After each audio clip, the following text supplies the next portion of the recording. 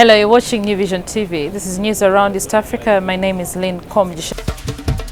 We'll start off with news coming in from South Sudan. Now, South Africa has pledged to invest $1 billion in developing petroleum production in Africa's youngest nation, and that is South Sudan. Pretoria says the process that will take South Africa accessing fuel more affordably may take 6 years to materialize. News from Kenya. The World Bank has approved a $250 million loan to Kenya's housing sector.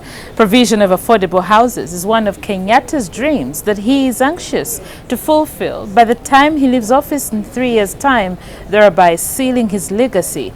Mortgage finance has become virtually unaffordable in Kenya over the past couple of years, with the sector hit by a high default rate with low uptake for housing units on market in the urban areas. In Uganda, Ugandan Muslims have started the holy month of Ramadan with the launch of a book highlighting the achievements of President Yoweri Museveni since he took power 33 years ago. The book, authored by Sheikh Suleiman Gugwa, is titled Achievements of YK Museveni to the Muslim Community. News coming in from Tanzania. Although statistics do not lie, it seems they can be negotiated. Tanzania's government and the International Monetary Fund, IMF, have agreed to meet and discuss the country's growth statistics that had caused a bitter row between the government and the fund. The IMF recently published growth projections for Tanzania, reviewing the growth rate for 2019 downwards from over 6% to 4%. But after a high-level meeting between President John Pombe Magufuli and IMF Director for Africa, Abebe Emoro Selassie, the two parties have agreed to hold a meeting soon to discuss the figures. Away from East Africa, we'll take a look at what's making headlines in the African continent. We look at Sudan. The African Union and the United Nations have said they are supporting a civilian-led transitional government in Sudan following last month's overthrow of President Omar al-Bashir. AU Commissioner Chairman Moussa Faki Mahamat told reporters after meeting on Monday with U.S. Secretary General Antonio Guterres, there is no question of sustaining the military council that assumed power after al-Bashir's ouster, saying it is not acceptable. But he said military members could be part of a civilian government. The AU initially gave the military 15 days to hand over power, but extended the deadline to 60 days. Mahamat said talks are underway.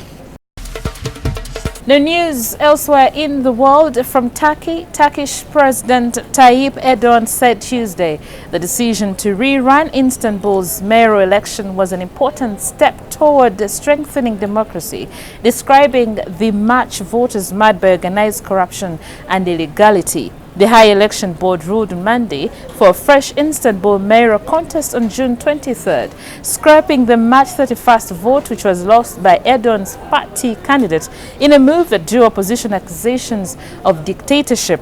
The Turkish lira tumbled against the dollar after the election decision, bringing its losses this year to 14% as investors fretted about political uncertainty and business leaders criticized the move. Erdogan said Turkey was facing economic sabotage and vowed to fend off attacks on the economy. In Sri Lanka, investigators have dismantled a major part of the network linked to Sri Lanka's Easter Sunday bombings, according to the country's prime minister, but warned the chance of further Islamist militant attacks could not be ruled out. He said the government has made major strides in capturing the plotters linked to the April 21st bombings that killed more than 250 people, including 42 foreigners, and plans to introduce a new anti-terrorism law. Investigators are still tracking down 10 more key players associated with plotting the bombings. Now in China, the Chinese Prime Minister will visit the United States this week for trade talks, Beijing said Tuesday, playing down a sudden increase in tensions after U.S. President Donald Trump vowed to impose new tariffs. U.S. officials have said China has backtracked on substantial commitments it made during months of negotiations seeking to end their bruising trade war. Those concerns prompted Trump to say on Sunday that he would raise tariffs on $200 billion worth of Chinese goods to 25% from 10% by the end of the week and would soon target remaining Chinese imports with tariffs.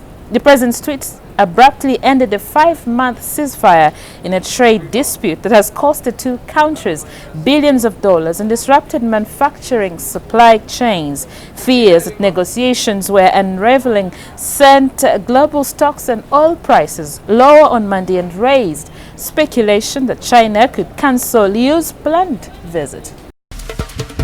News coming in from Qatar. Qatar said it will send $480 million to Palestinians in the occupied West Bank and the besieged Gaza Strip after a ceasefire deal ended the deadliest fighting between Israel and Palestinian factions since 2014 Israeli assault on the enclave. A statement from Qatar's foreign ministry Tuesday morning said $300 million would support health and education programs of the Ramallah-based Palestinian Authority, which controls parts of the West Bank. Meanwhile, $180 million would go towards urgent humanitarian relief in United Nations programs and towards electricity. Hamas political chief Ismail Haniyeh welcomed the move and in a statement said and thanked Qatar's Emir Sheikh Tamim bin Hamad Al Thani. And that was the latest around East Africa and around the world. My name is LANKA. Thank you for watching.